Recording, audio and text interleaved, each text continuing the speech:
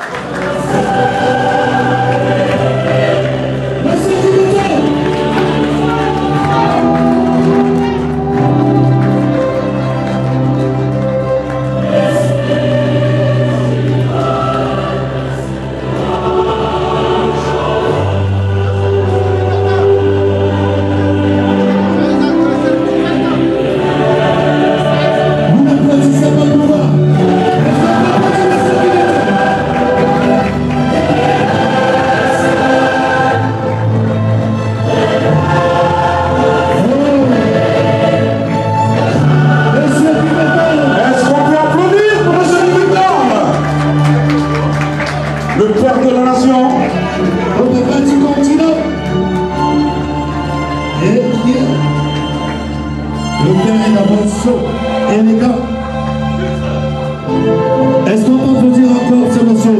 S'il vous plaît, accompagnons ce monsieur, comme ça se doit.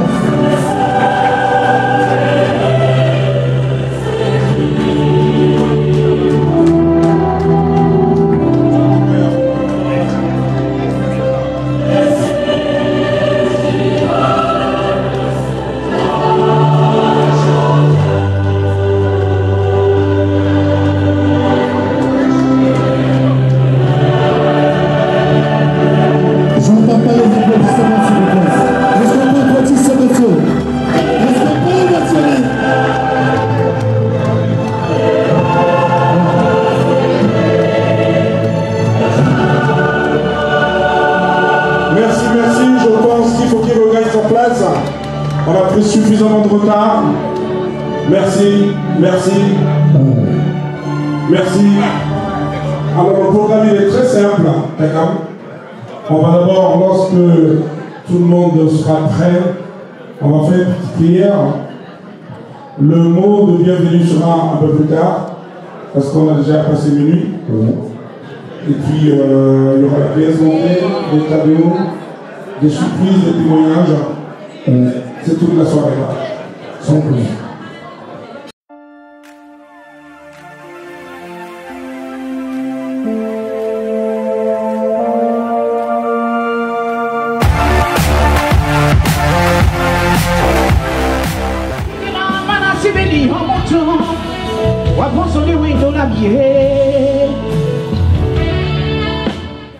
La preuve, vu l'assistance qu'il y a eu, je peux dire qu'il était effectivement temps.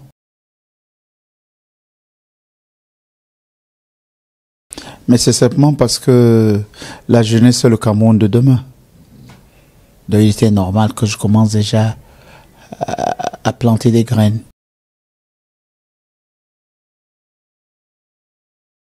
Oui, bon, mais il faut avouer que Daphné est absente, elle est aux États-Unis, il y a pas mal, il y a une qui est à Londres, elles sont partout dans tous les cas, il y a d'autres qui sont restés, Sepo qui est resté au Cameroun, d'autres jeunes qui n'ont pas pu être là. Dans tous les cas, c'était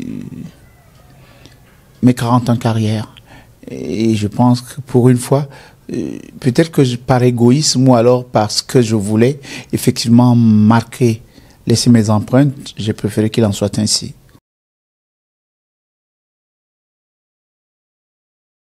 Bon, d'abord, le souvenir, c'est un grand frère et un bon chanteur.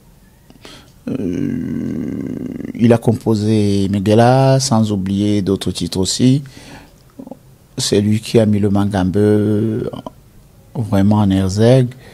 Et maintenant, vu la conjoncture, il était nécessaire que je lui rende hommage à ma manière.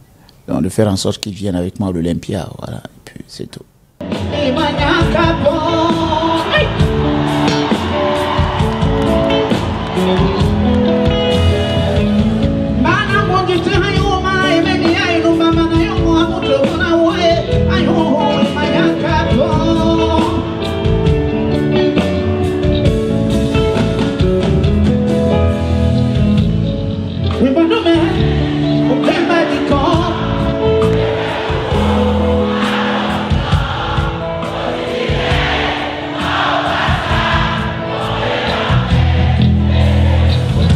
Pour vous-même.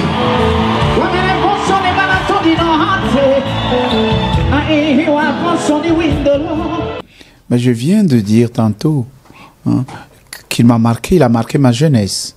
J'aurais bien pu appeler Elvis Kemayo, par exemple. Et Pierre Didier a gardé ce côté un peu traditionnaliste, un peu mi-moderne, voilà. Et puis, son titre, Mengala, m'a marqué quand j'étais encore au collège. Donc, c'est normal que je puisse, à cet instant-là, faire appel à lui. Et puis, je pense aussi que ça a été un plaisir pour lui, voilà.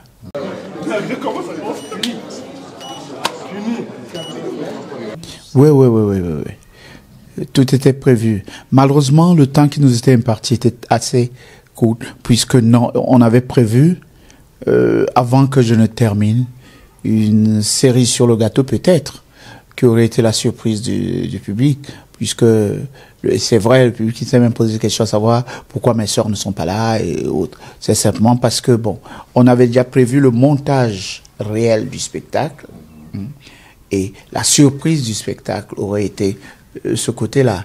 Mais bon, malheureusement, le temps qui nous était imparti, à la fin, d'autant plus que Étienne Mbappé devait jouer 2 titres, il a joué un seul. Sandrine devait jouer 2 titres, parce que quand l'Olympia, on vous dit au-delà de cette heure-ci, on va vous compter. Vous allez payer un surplus par rapport aux minutes que vous passez, ou alors on coupe carrément les micros. Donc pour éviter ce débat-là, on a été obligé de restreindre complètement le tableau, quoi.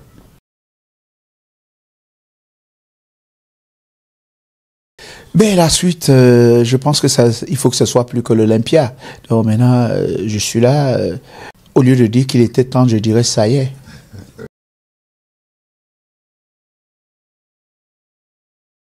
Je pense honnêtement, j'ai jamais dit qu'il faille dire que c'est ceci, mais toujours est-il que même ici en France, il n'y a pas beaucoup d'artistes français qui ont fait l'Olympia. Donc, qu'on ne veuille ou non, artistiquement parlant, l'Olympia reste une sorte de Graal. Donc, si tu as eu la chance de faire l'Olympia, quel que soit le cas, ça va être marqué dans les annales. Quand j'ai vu mon nom devant, j'ai pensé à mon père. J'ai vu son nom sur l'une des grandes avenues de France, de Paris en particulier. Donc, quel que soit le cas, même s'il s'avère que je parte demain, là où il est, c'est sûr qu'il l'a vu, que j'ai réussi. J'ai fait en sorte que son nom figure dans l'une des avenues les plus populaires de Paris. Pour moi, c'est une satisfaction. Pour moi, c'est une fierté. Une fierté au nom de celui qui a fait de moi ce que je suis aujourd'hui, c'est-à-dire mon père.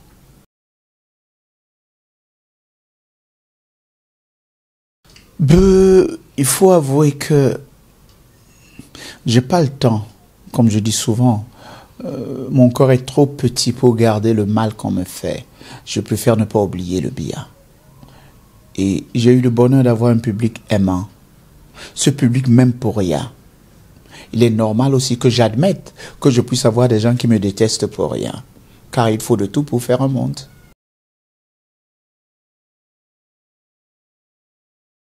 Le dernier souvenir de cette Olympia, je dirais, c'est plutôt l'engouement du public.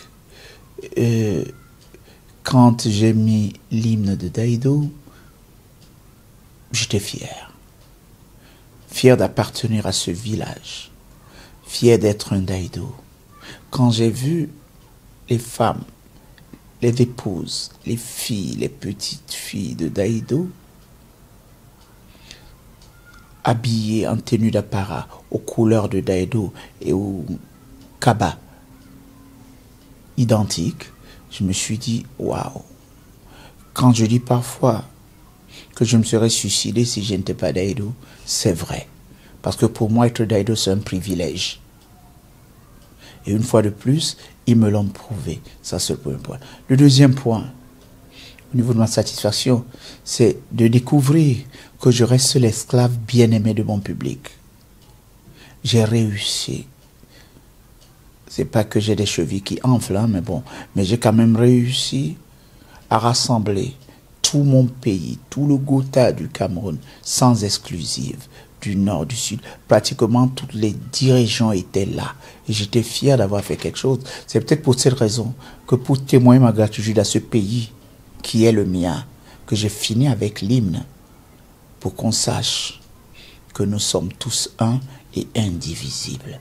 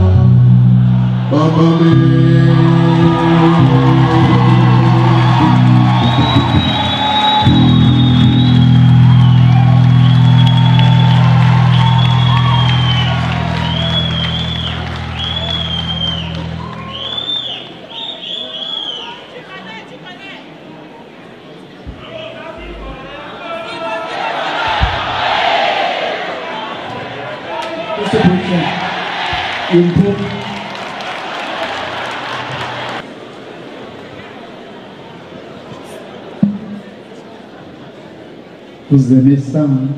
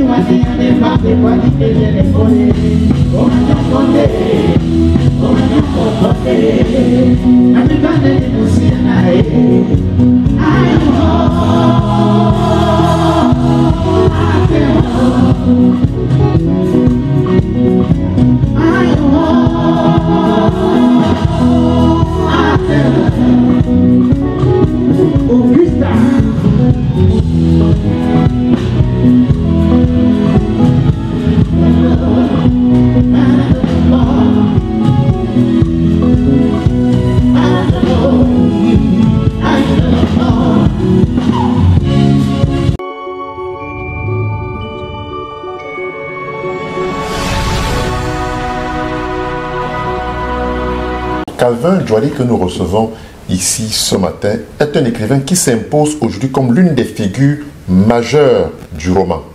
Avec 8 ouvrages à son actif et plus de 2500 articles publiés sur nos plateformes de Kamer.be et Afrique sur scène, ses écrits comptent parmi les plus lus sur les réseaux. Invité le mois dernier dans nos émissions, nous le recevons cette fois-ci pour poursuivre, n'est-ce pas, la deuxième partie de notre entretien. Calvin, bonjour.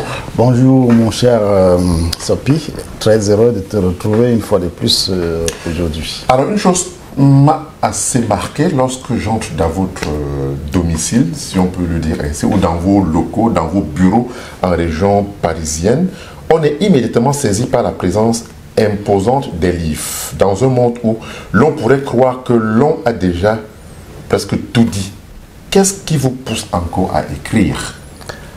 Ah oui, effectivement, je suis entouré des livres, comme vous voyez là, même partout dans les bureaux, c'est les livres. Qu'est-ce qui me pousse à écrire? C'est que l'écriture, c'est une nécessité intérieure, c'est une urgence existentielle, urgence même de la pensée, qui nous pousse encore à écrire, parce que beaucoup de choses ont été écrites, mais on n'a pas encore vécu toutes ces choses. Et alors, nous traversons des générations et chaque génération essaye de réinventer le monde, de le réinterpréter.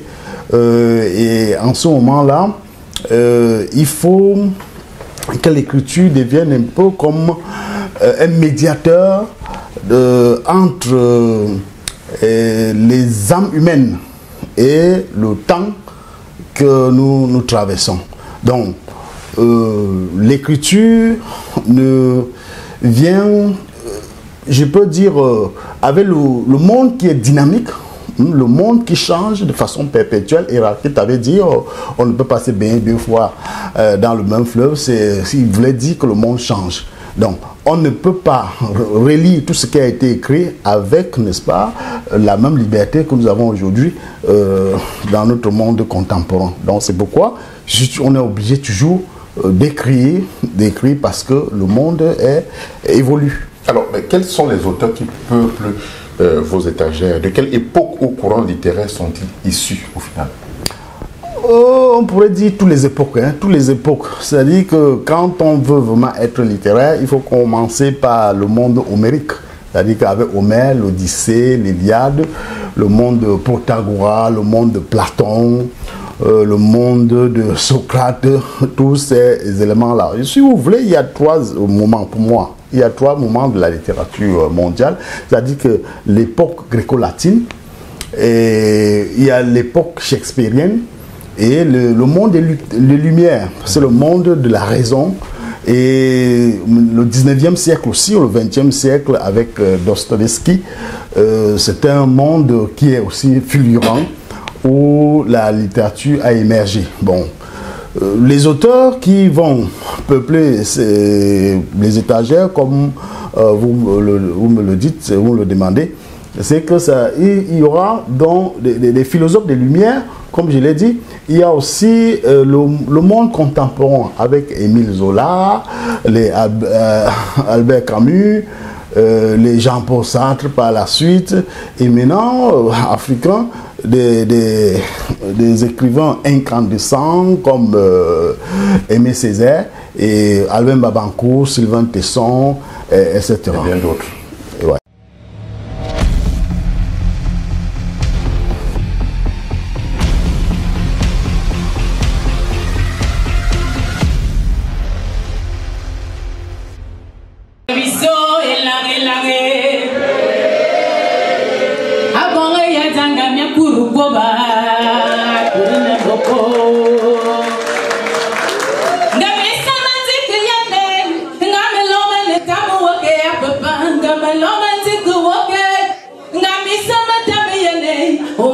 zambana wa yibwan zamba mane ya wa ve bon bete wa boya e a peu pas protéger wa boya e aesaou.